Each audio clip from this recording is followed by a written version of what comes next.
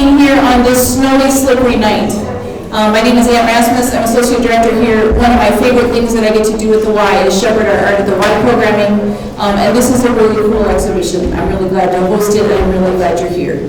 I feel like this is a night with a lot of friends in the building. And if I have not met you yet, I would love to do that by the end of the night, but I want to introduce some friends first. If you are on the Art at the Y committee, would you please raise your hand? Okay, we've got Kim Curtis, Deborah, Jason Finkelman, Sam Smith, Julia Kelman. Okay, Crystal Womble, a couple more on the way. Kim Curtis, good, awesome.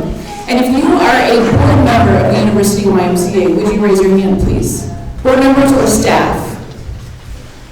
Okay, awesome. Marlon, thank you for being here. Mark.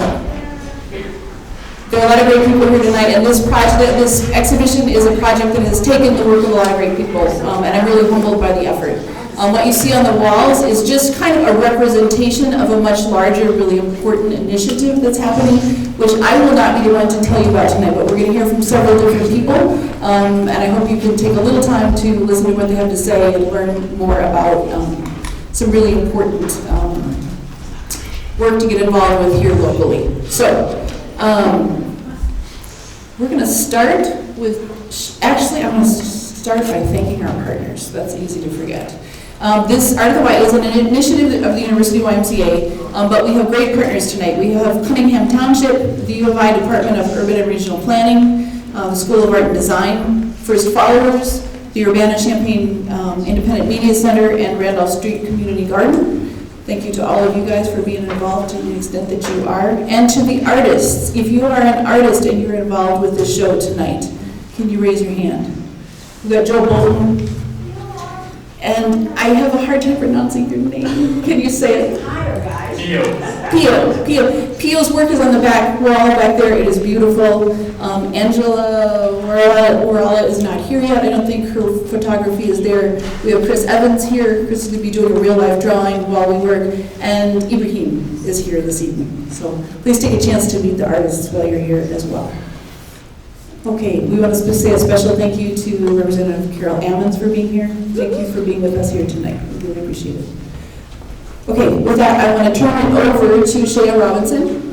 Shea is, among a number of things, the person who organizes the Speak Cafe. We want to also thank Granite Art Museum for letting Shea be with us here tonight, or just thank Shea and acknowledge the museum. She does a regular event called the Speak Cafe, and she's with us here tonight.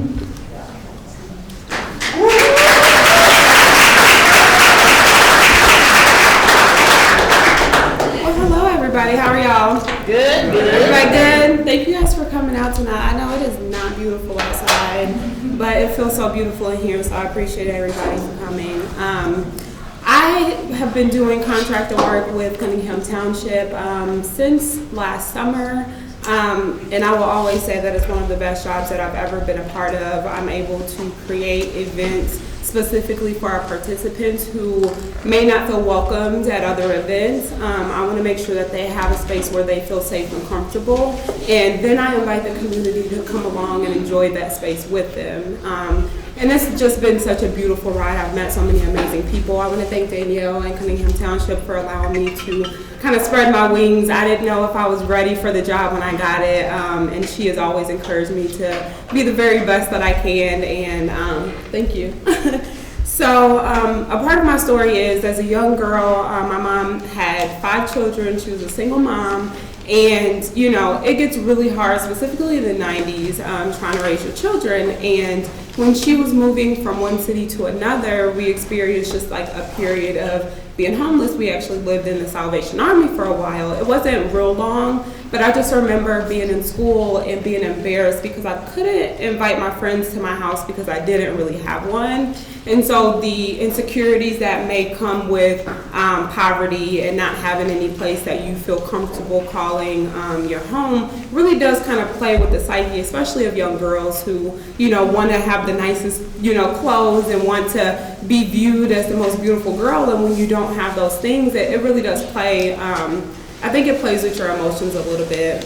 And a couple of years ago, I actually wrote this poem. I was sitting kind of in another open mic, and I think I just kind of tapped into who that little girl was and all of the things that she had been through. And this is kind of what came out. It's called Dark Girl. As I sit in this dark room full of people, it is loud with music and talking and happiness. It's full of vibrant wonder and hope. And here I am. At times I feel at most alone. I pick at every little piece of me. Dark girl, nobody loves you. They will never feel the warmth of your spirit. They see your pain, but they do not care. I pick apart the most beautiful pieces of me. I pick until the scabs don't feel like anything. I pick until the blood starts to pour out like my heart pours out to be loved. I pick until the skin is no longer just a memory of a dark skin I thought I began to love. It's just as far away as the time that I hated it. When I decide to feel every piece of pain, I dig so deep that I almost forget that I am just a human with skin and bones and blood and love. I forget that I am human, screaming out in silence, screaming to a blank space where my heart once felt so many things, screaming to be heard with no voice and no soul and no mind and no kindness left. The alone feeling starts to feel so warm. Warmth like the warmth of always coming back to this familiar space. Warmth like I belong right here in this very place. Feeling unloved and unwanted. And right where I belong. Time begins to move, but these scabs do not heal. And these wounds do not feel better. And this heart still feels unwanted. How do I fix me? How do I rebuild these scabs to be tougher skin? Skin that I've never felt before, stronger than I've ever felt before. How do I become the healed version of these unhealed wounds? The tougher I want to be, the more I pick at these scabs, weakening me to just above a slow heartbeat. A heartbeat that doesn't want to feel and doesn't want to beat and doesn't want to be. How do I beg this heart to beat and this scabs to heal? And how do I not feel so alone? This beating of a weak heart is beating at such an uncomfortable rhythm. This rhythm is off. This heartbeat is off. This soul is turned off. Dark girl, nobody loves you. They will never feel the warmth of your spirit. They see your pain, but they do not care. These words echo through and festers in this mind and creates this very somber feeling. These words are pain. This feeling is pain. This heart feels pain. Every time these words visit, they are like an unwanted house guest that makes themselves at home in a space where they don't belong, at a home when these scabs and get these words unhealed, and this heart unloved, and this heartbeat so slow, at home like these voices screaming inside my head for so long, yelling you are unbeautiful and unwanted and undeserving of real love. You are no more than just a dark girl wanting to feel things at a time she shouldn't want to. Dark girl, nobody loves you. They will never feel the warmth of your spirit.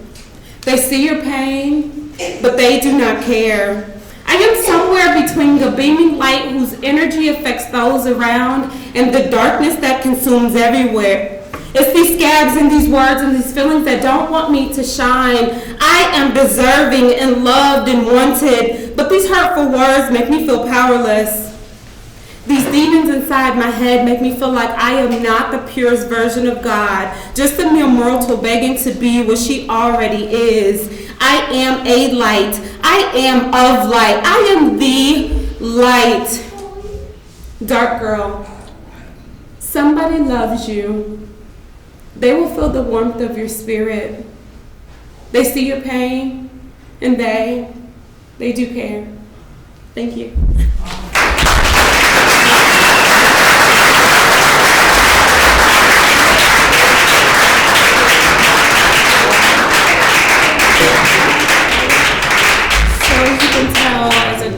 Young, dark poor girl, it was really rough trying to figure out where I could find love, where I could see myself, where I could envision myself to be in the future. And I had to create who I felt like I wanted to be in my life, because there wasn't too many girls like me on TV doing amazing things. And so I really did reach down in my community, and that's where the love comes from. And that's why every day of my life I continue to fight for people that may not feel like they can see themselves out there in this world, but you are not hidden, you are not alone, you will not have to fight this fight by yourself. So, thank you. I won't be up here all night, I promise. I could talk about this all day. But we will get up somebody else. There is an amazing woman in this building, and I want to let her know that we appreciate her being a part of this project.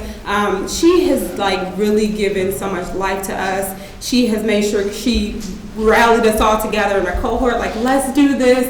So if I can get Kathleen to the front of the stage, please. Everybody give Kathleen a round of applause.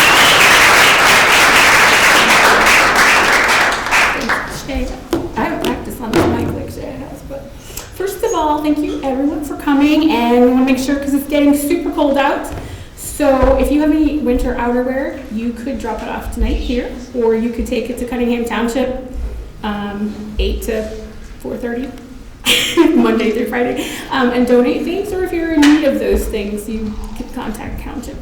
So that's the part that I like to say. It doesn't make me nervous. And then Danielle asked me to share something I had shared with her before. It's a little difficult, but I don't feel like I have experienced sort of the housing security that other people here have. But at some point in my life, I was staying in hotels after I was in between apartments. And Danielle didn't find out this so much later, but I thought I had somewhere to stay, and then someone came along that would pay more for that hotel room the weekend of homecoming. So I ended up in a parking lot just sitting on my plastic storage tote, and I had no clue where I'm gonna go or where I'm gonna take my stuff. And I hear a lot of people say, well, that wouldn't happen to my friend or my family member, or maybe your sister looks like me, or your mom, or your aunt. But I was too ashamed. I didn't call anyone. I didn't even ask anyone. I finally, because I was sitting where people could see me from the street, which I found embarrassing, called a cab and went to a storage unit I had. But I couldn't find a hotel room to rent unless I paid, hundreds and hundreds of dollars for a party room for 7 or 8 people. And Danielle even worked at Township then, but I didn't call anybody or tell anybody until much later. And I can say honestly, I'm still really embarrassed. I know Danielle has said if you're ever in a housing crisis, I expect you to call me. And so I feel like Township has such a vital resource, because even though I know that, I'm not sure that if I was in a housing crisis again, I think I might still be so ashamed. And I wouldn't want to put any of my friends on the spot. That it's very comforting to know that I could go to Township and ask an agency for help, because I still would struggle with that. Hopefully other people don't. So just sometimes when you think, I think we just have a tendency to otherize people that are having some housing crises, and you can go through your life and think you're gonna go to college and things are great, and like me, I got sick and stayed sick. Unfortunately, there were some bumps in the road, and I avoided a lot. But I think a lot of people look at me and say, well, why wouldn't you just reach out? I don't, Township provides such a big safety net. It isn't only people that don't have anyone willing to help them. It's just, are you in a position to even ask for help? And that's why Township is there, because taxpayers pay money and they're there to serve people. So just donate your coats, and then I have a very short poem to share, unlike Shay's. Oh, I do want to make a quick note. I started this project because Danielle asked me, and I was a little apprehensive. And Angela is an amazing photographer, as you'll see.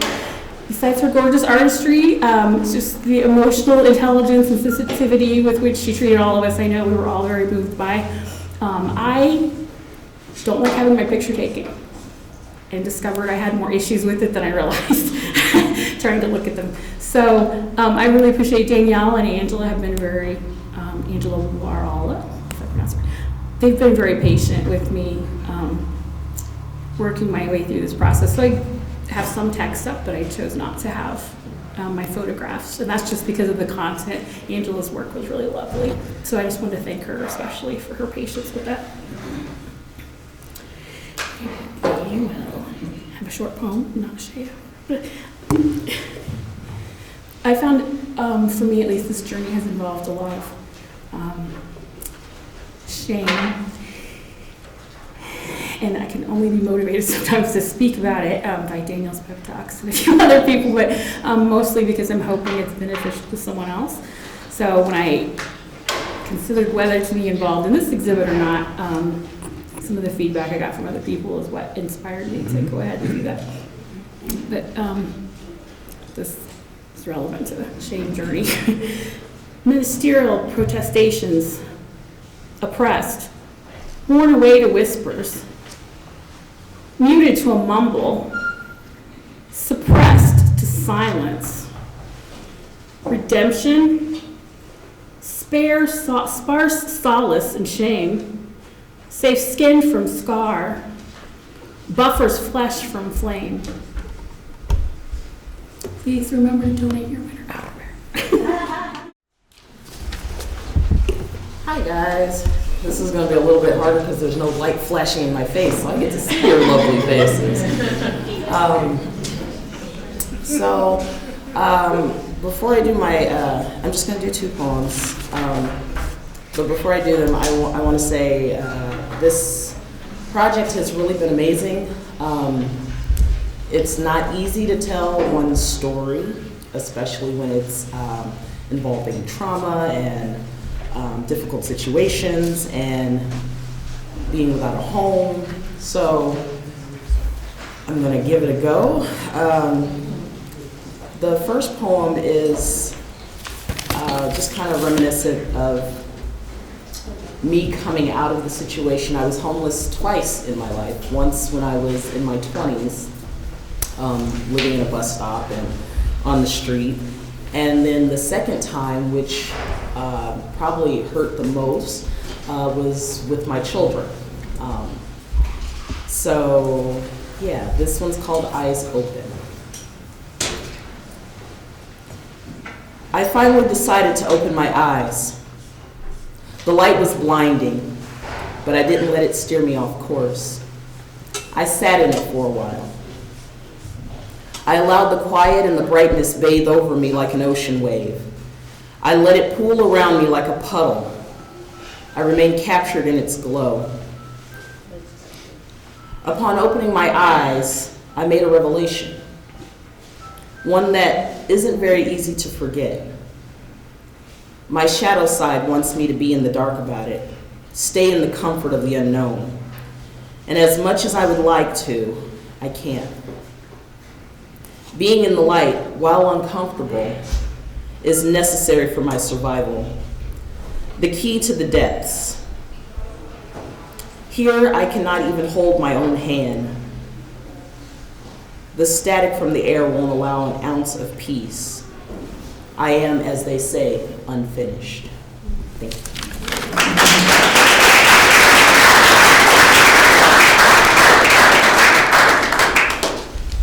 This next one is also, I don't know.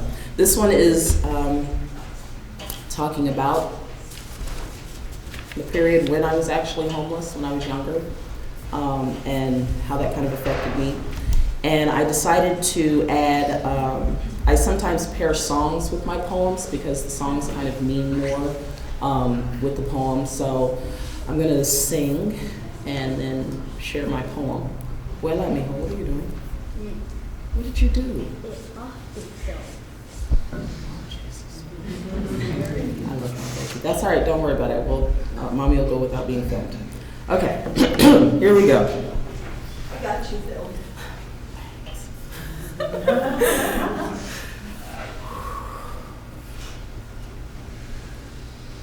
Southern trees bear a strange fruit, blood on the leaves and blood at the roots, black bodies swinging from in the southern breeze, strange fruit hanging from the poplar trees, pastoral scenes of a gallant sow, them big bulging eyes and twisted mouths, scent of magnolia,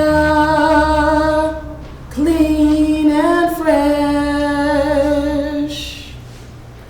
then the sudden smell of burning flesh. Here is a fruit for the crows to pluck, for the rain to gather, for the wind to suck, for the sun to ride, for the leaves to drop. Here is a strange and bitter crop. This is the face of homelessness. Not what you were expecting, huh? Maybe I should mess up my hair for you a little bit, or perhaps let me miss a few showers and smell to high heaven, so you can hold your nose and walk past me in disgust while I beg for a few coins to get me by today. Would it be better and make you pay attention to me?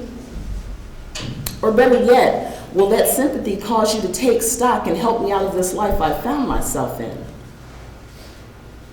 We all know the answer to that is no. We are all one paycheck away from living under a bridge, and yet nobody wants to talk about it. We sell our souls for a meal, a place to sleep, or a kind word, but no one seems to care. Our children are embarrassed and ashamed, angry and confused, and that is the burden we bear every day, in and out, while we try to figure out how to make it through the next moment.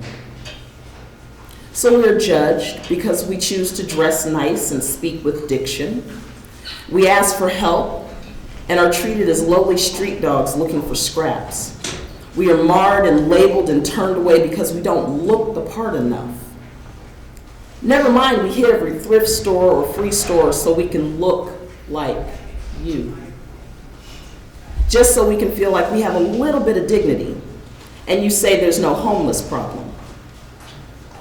This is a story, a novel that is yet to be written in full. And you don't want to hear about it, and you turn your nose up at that fact. Daily you walk by a human not knowing if they have no home, no food, children to support, mouths to feed, souls to nourish. You can't see past your Starbucks coffee excursions or your Macy's bags. Never forget that you yourself are just one paycheck away from switching places with me. The only difference is opportunity. I know if you were in my situation, you'd be looking for compassion, understanding, and love as well. But my question to you is, will you find it in a world filled with homelessness? Think about it. Thank you. I'm so grateful to be a part of this project and to be able to work with everyone I've had the opportunity to work with at Cunningham. Unlike everybody else, I'm not really a poet. I haven't written poetry in many, many years, but there's a family of moths, the Saturniidae moth, right? The larvae grow up on toxic plants, and the larvae consume the toxic plants, and then as they go through metamorphosis, when they come out as moths, they're vibrant and beautiful and toxic themselves. They have learned to use the hostile environment of their youth and come out vibrant in a way that lets everybody know bite me and fall. I really, really appreciate that.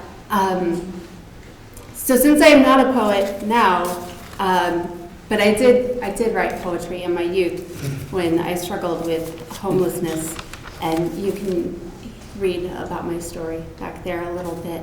I thought I would read a few of them. This first one is from when I was 11 years old. It was written in 1995. It's called What If? It is the second poem that I ever wrote. What if no one cares? Would the world be full of cruel stares? What if the world broke out into a giant war? Would peace be no more? What if a person thought but did not act? What would happen after that? What if the world only had fears? Would all the children's eyes be filled with tears? What if laughter was the cure for violence? Would there be silence? If all the questions in the world could be answered, would you really want to know the truth? This next one, the next few are from after I had begun experiencing homelessness. It is sick the way he waits in a dark room, like a predator waiting for its prey. I flip on the light and he stares, he stalks, he calls me chicken, tells me I had my chance to right my wrongs. Then I realize my mind isn't dressed for stalking, so what does that make me? His teeth are shown, I show mine, but his are diseased and I can't fight that, so what does that make me? The blood drips from both, but only mine is truly visible to the naked eye. I am the one undressed, so what does that make me? In a box. Sit, pretty little doll, don't worry, someone will take you out and play with you. Stop quivering, don't show fear, it's just a little dirty work. Make them want to play and invite them into your world, the girly show. Feel my heat, breathe it in. You know you want me, right? Paying my bills, that's all. If I was broken, would you be holding the glue? Would you dangle it in my shattered face? I knew I could never trust you. You laugh at my inconvenient timing. You yell at my naked mind. I wait for you to calm down. I look for something good in you I just can't find. If I pick up all of the pieces, I promise I won't lose the heart of you. Careless, that's everything I've gone through. Bombs crash. I watch lightning flash before my eyes. I realize what goes on that I don't see. Passivity. Not realizing that it could happen to me. Do I dare ponder the future of life, or do I close my eyes and block out the blood dripping from the knife? The knife of hate we try to debate that hasn't dirtied all of our hands, but yet we put on our clean gloves to hide our soiled plans. The future of life is death if we don't take a breath and learn to feel that we all have pain that is terrifyingly real. Thank you. Like I said before, I've never loved a project, and I've never loved working with people as much as I've experienced with this group of amazing people. So we're going to get into the woman of the hour. If we can get Danielle Chenoweth a round of applause, please. She's going to come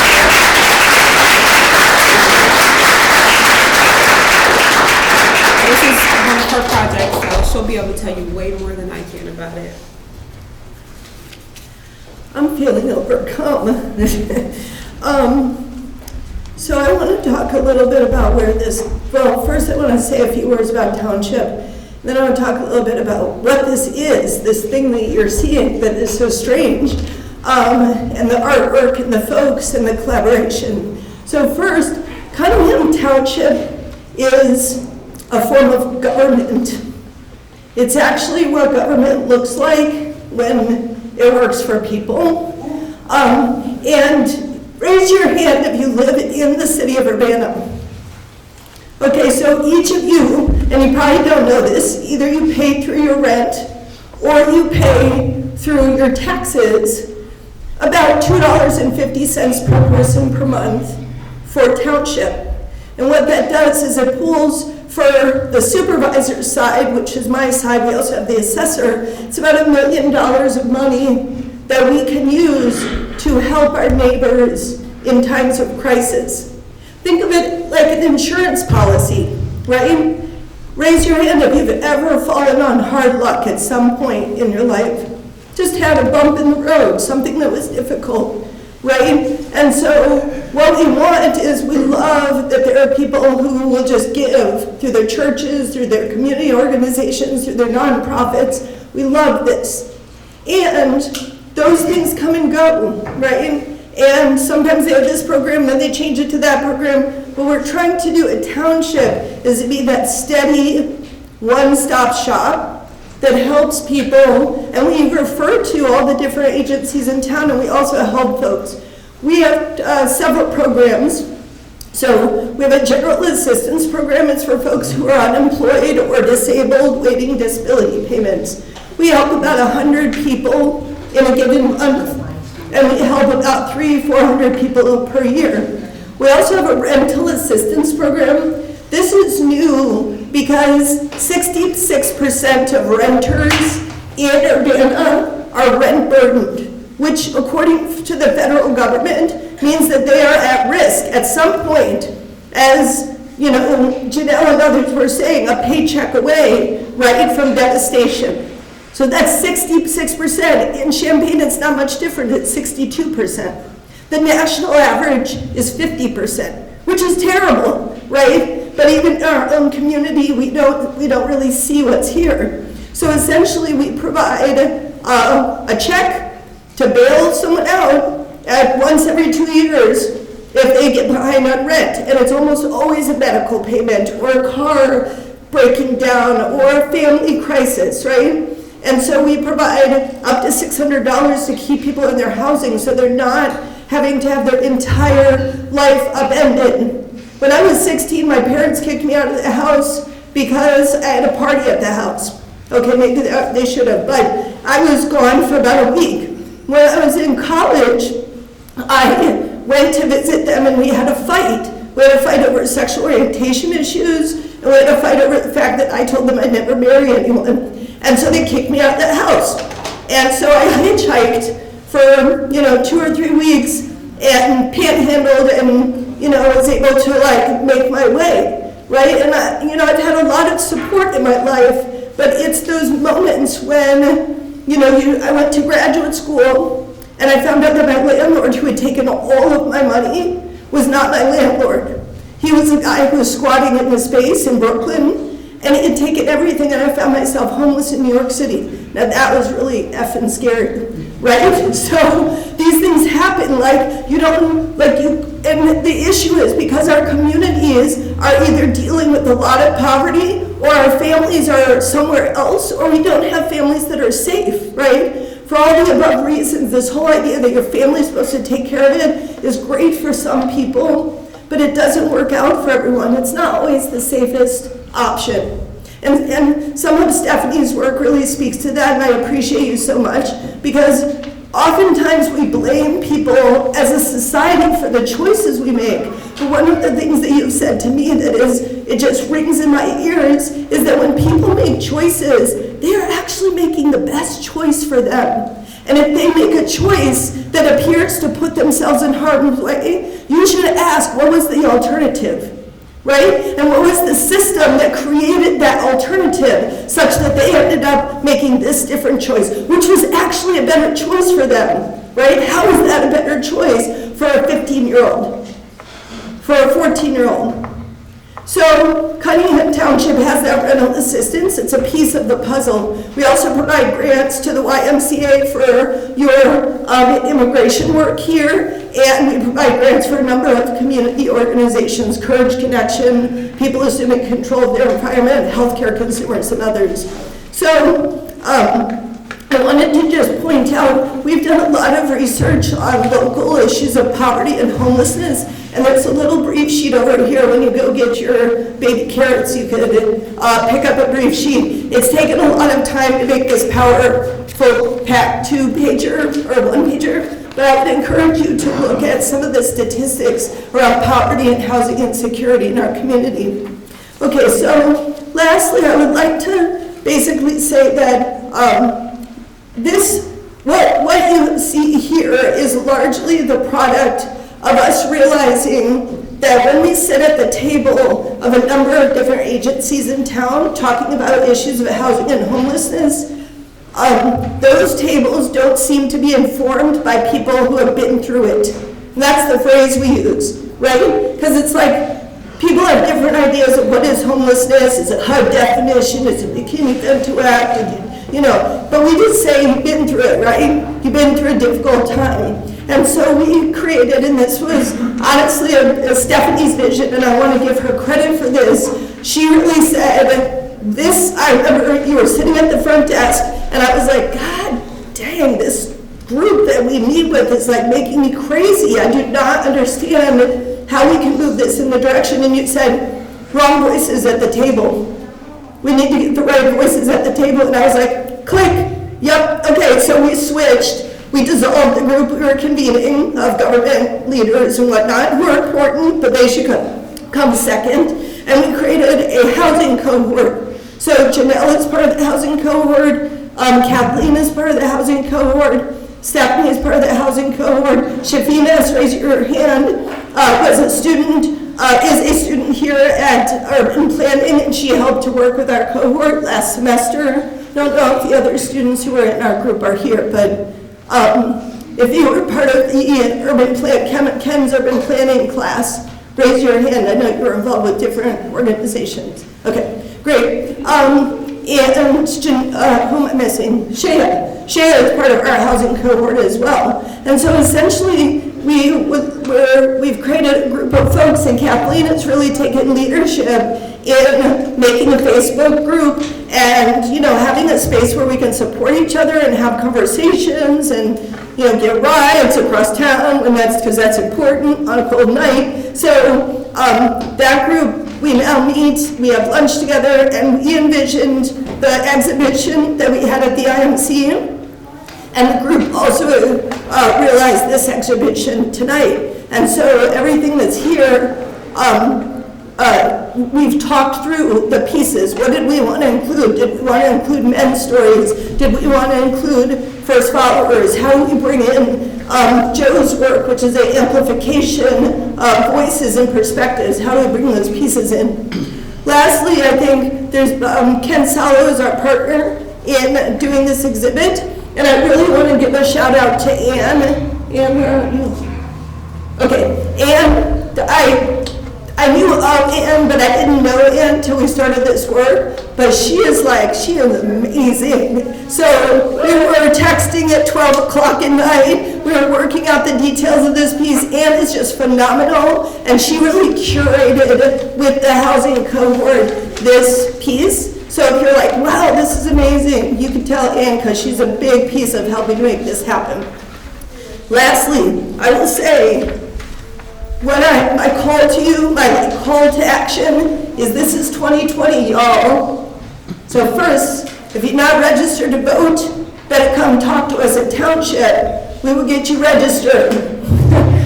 2020, y'all, this is the moment, and this is like either the end of the world or we're going to pivot to something else. Really, it feels that way, okay? I'm speaking from my perspective, right? So we're comfortable in this room together. We have food, we have company. This is how we survive this political moment together. But I just want to ask you all to realize that as weather events get more fierce, as we experience deepening poverty and inequality, we have got to hold hands with each other, right? And we've got to hear each other's stories, and we have to organize together. We need to vote, we need to organize, and we need to take power, and we need to take back this situation because we have all that we need to make it happen. We have it all, right? But we need to believe in ourselves, and we need to come together in solidarity with each other. That is my call for you at the end of this evening. I think I'm inviting Ken to come up and make some last remarks, and then he's going to pass it to Ann. But thank you so much to the YMCA and to everyone who is here this evening. Appreciate it.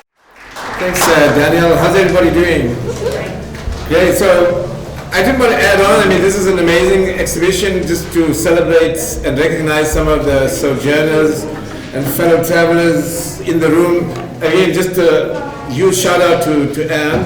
I mean, for realizing this and bringing it together. It's an amazing group of people. Danielle and I have been fellow travelers on many gigs. This is our latest, but not our last. Am I right? Okay. Check in. Well, yeah, checking with the boss. So, yeah, I mean, for my sins, my life trajectory has been very different. I've certainly not been homeless.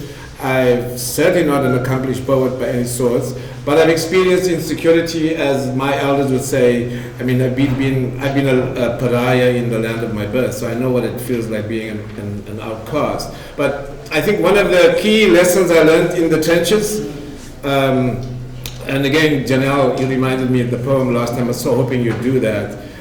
And tomorrow at noon, Danielle and I are going to be on a platform where we'll be elaborating a bit more.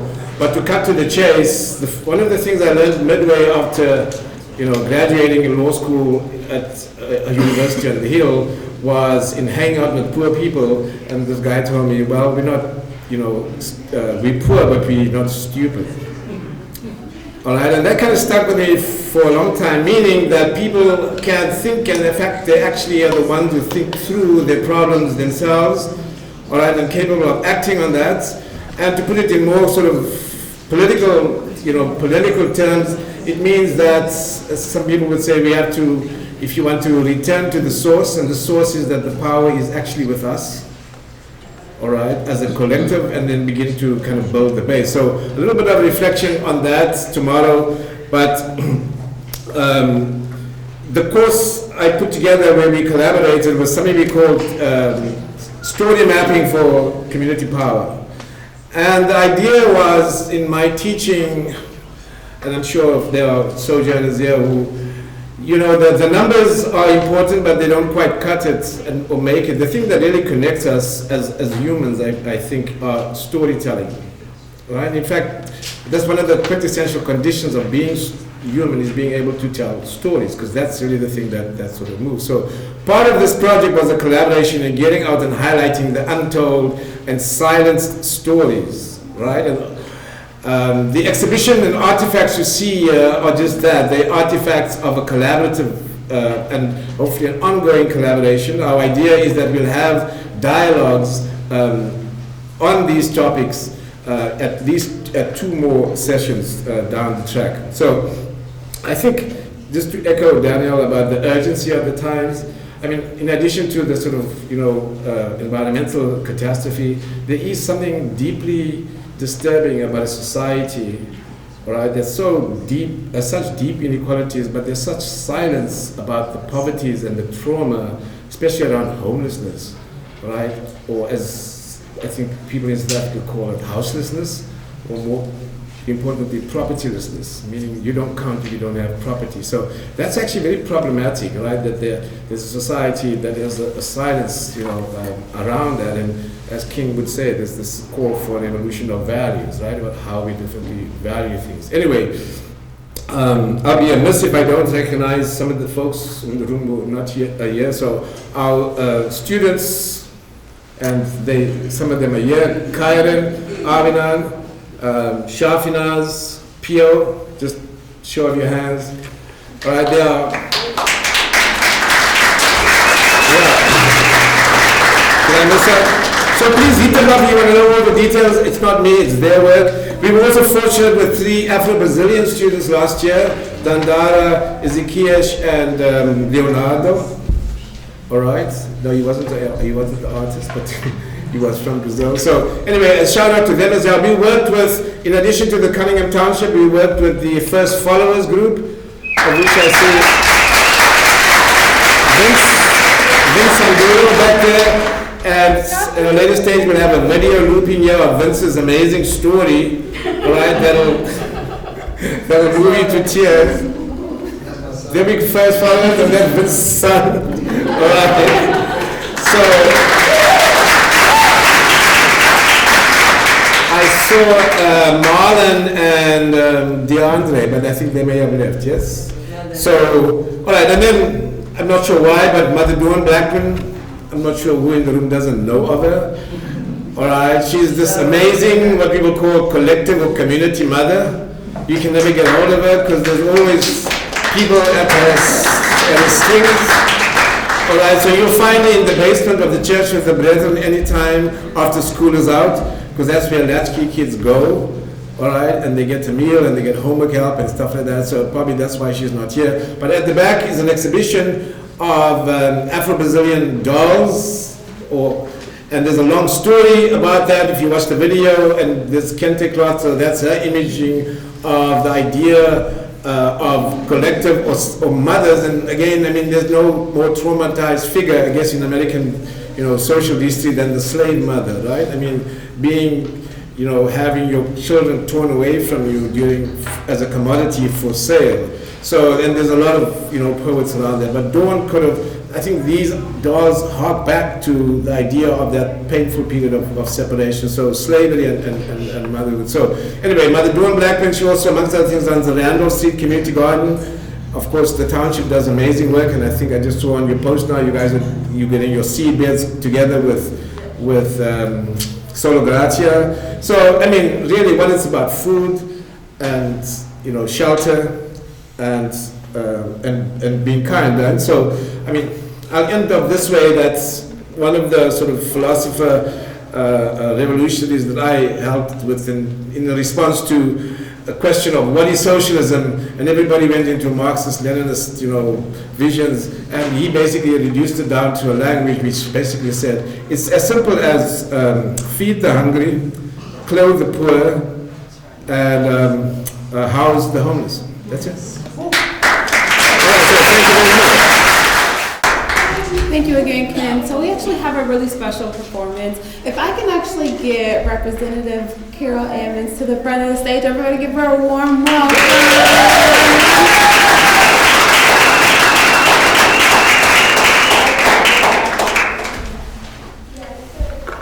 Firstly, let me just thank Shea, who we've just watched grow and took over Speak Cafe from Aaron Ammons, who had it for a decade.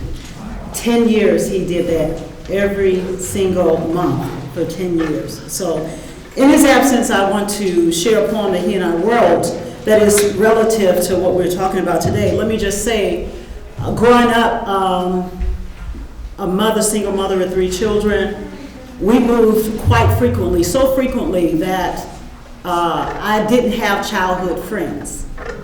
And so people don't understand that when people don't have secure housing, it affects them in the long term where they don't have the connection to a community that they would have. My real connection started when I moved here.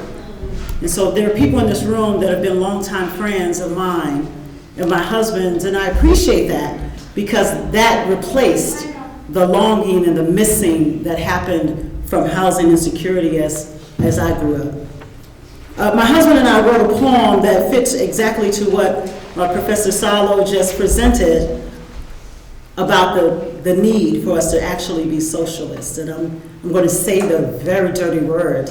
Oh my God. It's a poem called I Yearn. It goes like this. I yearn to feel, to learn, to share the burn. The other change wasn't enough. This one has the range, the evolution of a man, the political revolution, a stance, a solution to debt.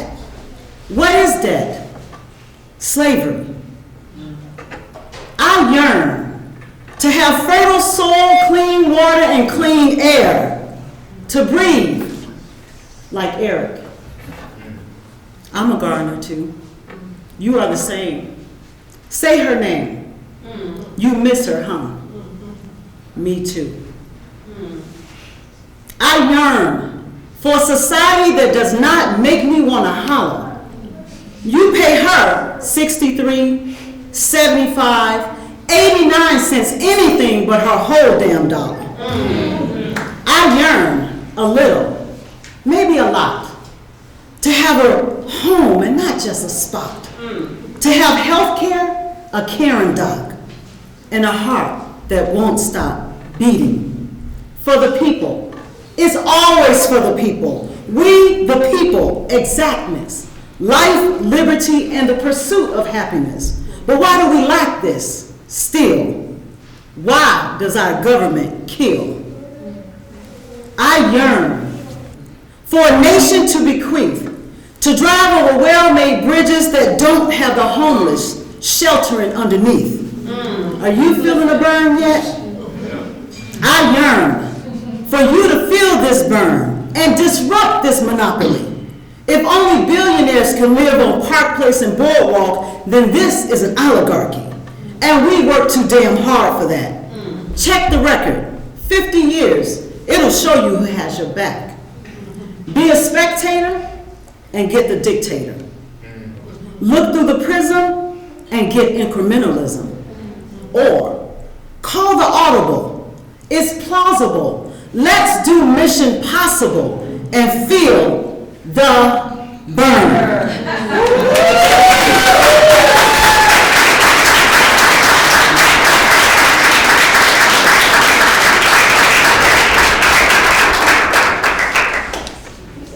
When you guys came on this Thursday, y'all didn't think y'all was gonna get that heat, did you? You didn't know when you walked in. We warmed it right on up in here. I'd like to thank everybody for coming today. Please walk around, continue to enjoy the exhibit. I want to give a special thank you to Chris Evans. If you guys look over there's pictures that he just drew during this event, and they are amazing. Please stop over there and speak to him. He has a long history of amazing artwork in this area. Thank you guys for coming out, and we will hopefully see you guys at another event really, really soon. Peace.